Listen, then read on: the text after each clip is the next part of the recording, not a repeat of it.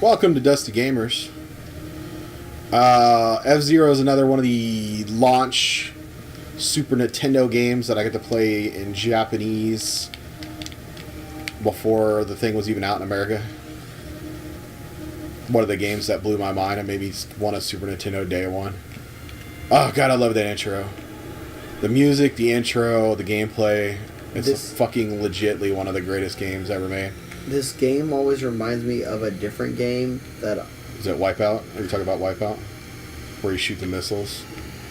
No. Because Wipeout... a racing game similar to this. Is it a three... Like, are you on hover in the future? Maybe. Is it Wipeout? No, I don't think it is. Are you sure? No, I don't know. Wipeout 2099 maybe? Or 97, 37, something like that.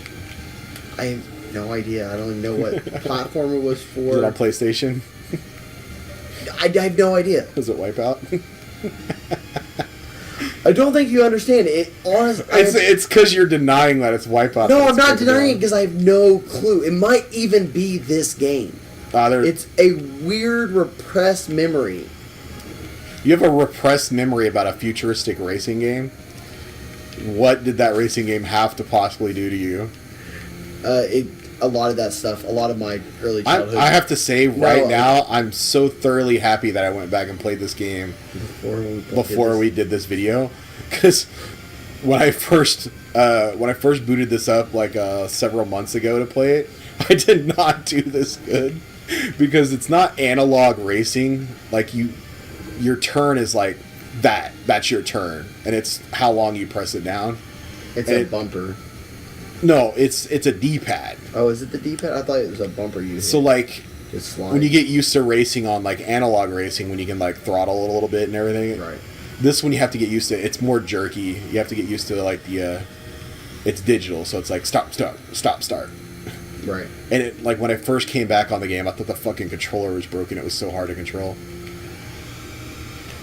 I was like, oh god, this controller's broken or something. I can't play this game. But, I'm actually fucking killing it right now. I'm feeling good. Feeling good about this.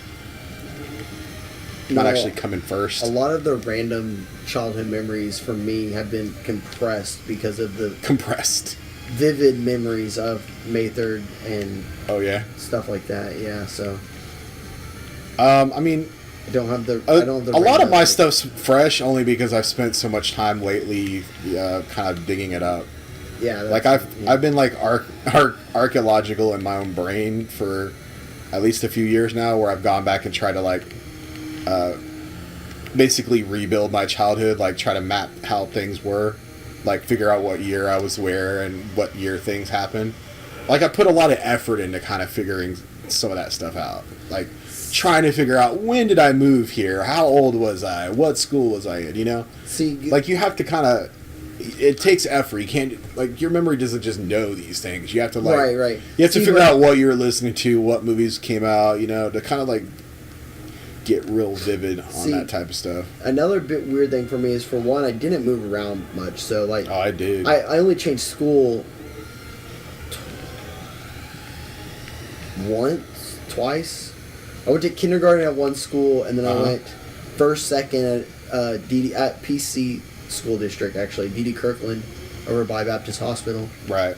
And then I went all the way through schools in the same school district. I moved a little bit late in high school, but it didn't affect my high school. Well, yeah, the only time I went to the same exact school for more than 2 years was my last 3 years of high school. Other than that, it was always I was at one school for 2 years or 1 year. Then I was at another school for 1 year or 2 years. Yeah. All the way until my last 3 years of high school. Pretty much. And, I lived in Mustang, Oklahoma, maybe 3-ish years. 4 years max. But I went to 3 different schools there and lived in 2 different apartments, you know what I mean? Right. I have a long chunk of memory for Mustang, Oklahoma. Because of neighbors I live near and, basically the walking around town. But because I lived in 2 different neighborhoods, went to 3 different schools, I have a lot of things that went on there. See, I lived in 2 different neighborhoods at one point, but when we moved, I was still in the same schools. And then when I lived in California, man, just all over the place. I can't remember anything. I lived with my mom, my stepmom. When I lived with my stepdad, or my stepmom and my dad, they moved at least twice in California. My mom moved probably twice while I was in California. See, and I never moved. Well, and that's like 4 years max, like 3 or 4 years. See, the only thing I could say about like the having to try and build memories would be summers for me, because I went back and forth between Texas. Is my mom would be like, okay, well, go live with your dad for the summer. I would always do something to kind of. This is the craziest non-Christmas fucking conversation. Right. It's like 5 days till Christmas, so we know this video is gonna land squarely like in Christmas. And it's just really fucking funny to me that it's like this game's so not Christmas, and I mean this conversation's even less Christmas. This is really, really funny to me. The last. I mean, I actually have a really funny Christmas story about going to Texas. I don't even think I played this game on Christmas, because I think we played this game way after the fucking Super Nintendo came out. So I have a funny. I actually told you most of this story recently. I would spend Christmas with my mom, and then part Christmas Eve or Christmas Day with my mom, and vice versa with my dad. Right. Usually it was Christmas Eve with my mom, and then I would go. My dad would pick us up, like either late Christmas Eve night, or shortly after on Christmas morning. Like we'd open presents with my mom, and then my dad would pick us up a little bit later. I think we fucked this video up. And I'll tell the story. I can always retell it. Oh, well, I'm gonna have to. Because I don't think it's going to play our voices. If there's a weird cut here, it's because I'm trying to save the video.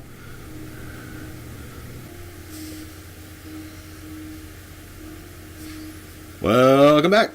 Part 2 of F0, or possibly Part 1, depending on how the rest of this video is saved. So, if you're this video is just now starting, that means I have fucked up horribly. And if not, I saved the first half of this video. Yay!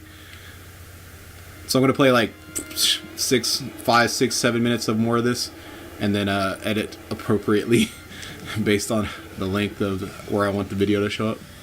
So we're playing F0 because F0 is one of the launch titles for the Super Nintendo, and it's amazing. It pretty much created the concept of futuristic racing. Like, I don't know if there was a futuristic racer or a game that could be called a futuristic racer before this. No, there wasn't. I watched something about it recently. This absolutely was the first game of this type, like using the, like actual top-down racing. The graphics are completely Mode 7, like the scaling and everything that it's using is the Super Nintendo is basically the only console that could do this shit when it came out.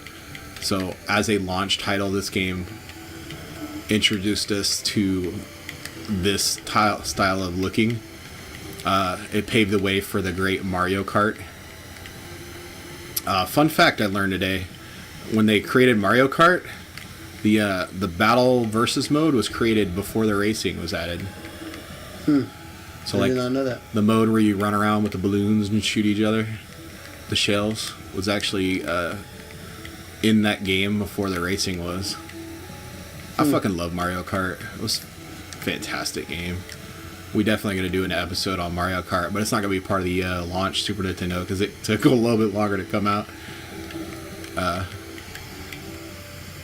We tried to actually record Mario Kart a couple times. We recorded the fucking Wii version of Mario Kart also. No, we never recorded it at all. We brought the Wii U over to record it. Yeah, we never recorded it. And then we did record an episode of this with Super Mario Kart when we were in the prototype stages of the show. Yeah, it was with Wreck-It Ralph. Yeah. And that went away. But yeah, Mario Kart's built on the same idea as this with the Mode 7 graphics and everything. Dude, my health. Oh god, I was gonna stop and try to heal. The way you blow up in this game is fucking fantastic. So it's even better if you launch off the sides and blow up like in the city below, because it's so like sudden.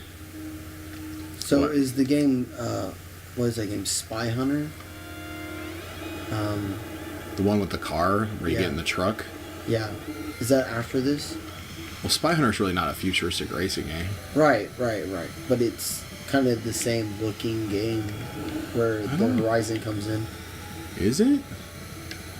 And it's like a straight line, though. I thought it was top down, like the original Spy Hunter. I don't know. Yeah, look this up. One of my favorite racing games on the Super Nintendo was called Top Gear. Uses this sort of thing. And Top Gear 2 is really cool because you'll be in the middle of racing and the sun will come up. It was a really cool game. Basically racing Lamborghini type fucking stealthy cars.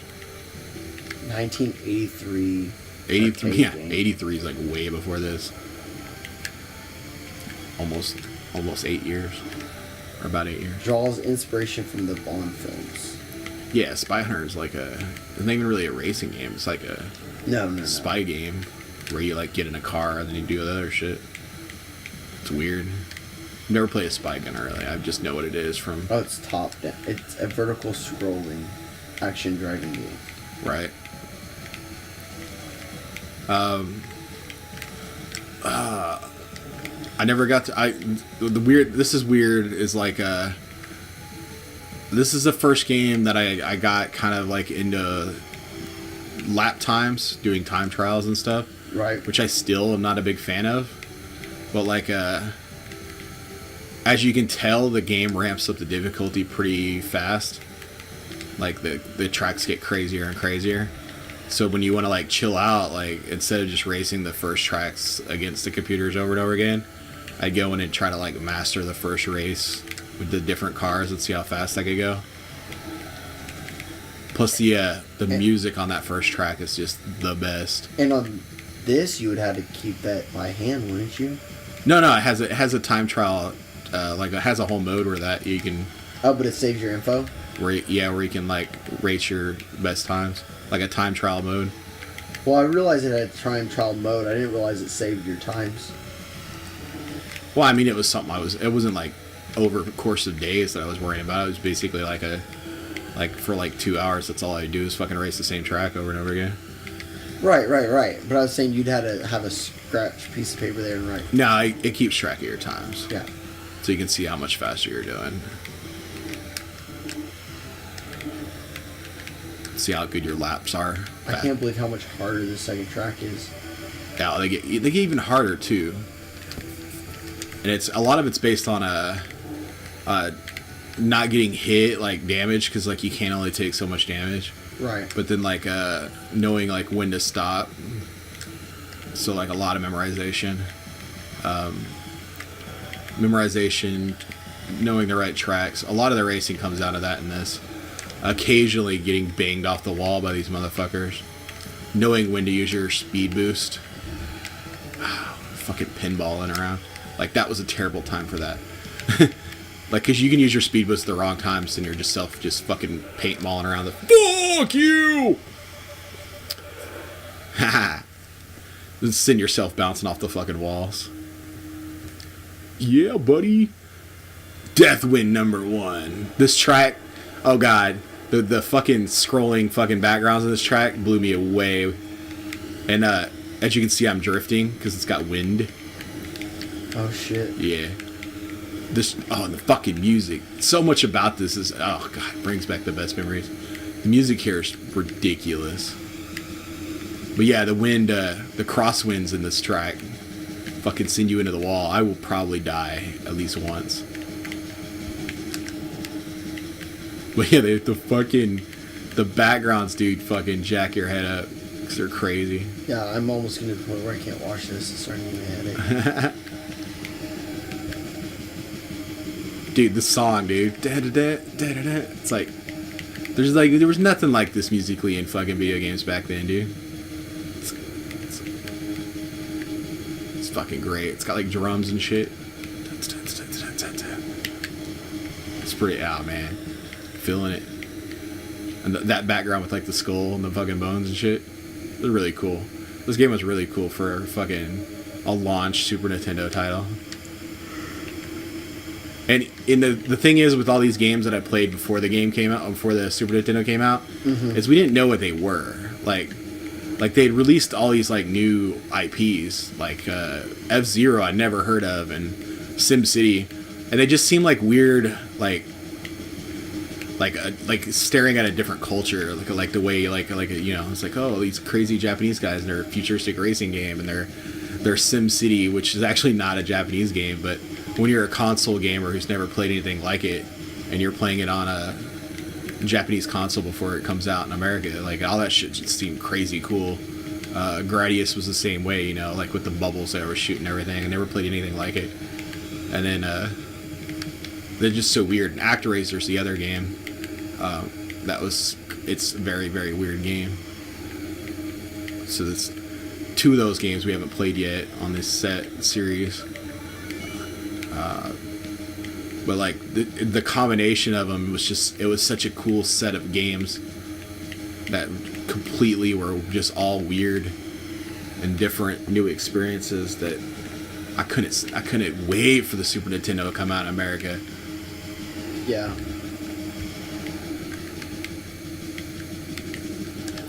Honestly, the first experience I had with that was Xbox One. Bam! Nothing else I really had launch. Yeah, launch. I really wanted to make sure I got unlaunched Xbox One because the 360 launch was so rough. It took so long. It took me to March to get one. Oh God, I didn't know there was another level. I didn't get a 360 till that system was almost dead by the time I got a 360. Yeah. I did it for 2 years, maybe. 2 years. I got mine in March right before those are landmines. I got that. Right before Oblivion. It was like right when Ghost Recon Advanced Warfighter and Oblivion came out. But it was still when people were like, you can't find them in stores. I can't find one anywhere. Like flooding forums crying about how they can't get them. Pretty much how the way the Nintendo fucking thing is right now. Right. Except fucking Nintendo. They just do that shit on purpose. It pisses me off. The 360 was just way more successful than they expected. Woo!